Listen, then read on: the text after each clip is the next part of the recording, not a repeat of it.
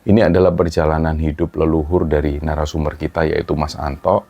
Dan cerita ini adalah sebuah bukti bahwa di masa lalu, batas antara dunia manusia dan dunia gaib itu sangat tipis.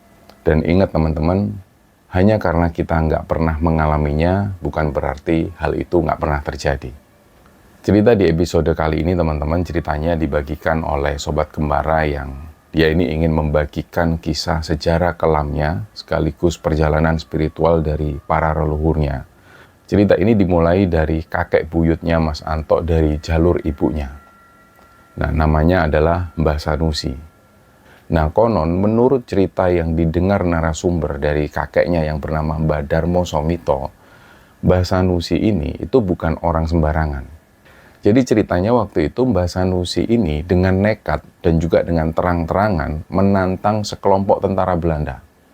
Nah, mereka mikirnya Mbah Sanusi pasti nggak selamat karena sudah benar-benar ditembak oleh tentara Belanda. Tapi alhamdulillahnya peluru itu kayak nggak mempan. Dan singkat cerita, Mbah Sanusi akhirnya ketemu jodohnya. Beliau menikah dengan seorang perempuan desa setempat yang bernama Mbah Tugira. Dan dari pernikahan ini lahirlah anak-anak beliau, yang salah satunya adalah kakek dari narasumber kita ini, yaitu namanya Mbah Darmo Somito.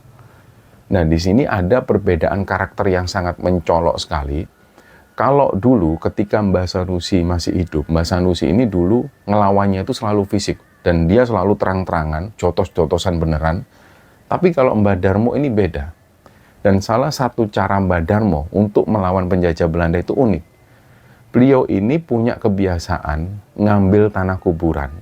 Tanah kuburan yang sudah didoa-doakan ini, itu disebar mengelilingi markas Belanda. Nah, efeknya waktu itu luar biasa. Nggak lama setelah tanah kuburan ini disebar, ini para tentara Belanda yang jaga waktu itu langsung ngantuk. Jadi mereka langsung tidur lelap, benar-benar kayak orang yang pingsan massal.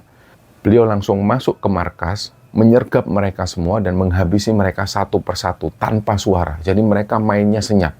Jadi waktu itu nggak tahu kenapa, pada satu malam, Mbah Darmo ini lagi melakukan tirakatnya. Suasana waktu itu sepi banget. Lokasi di sekitarnya juga gelap. Mbah Darmo ini didatengin sosok gaib.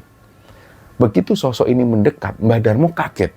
Karena wajah dari sosok yang mendatangi Mbah Darmo itu ternyata persis sama almarhum ayahnya, yaitu Mbah Sanusi.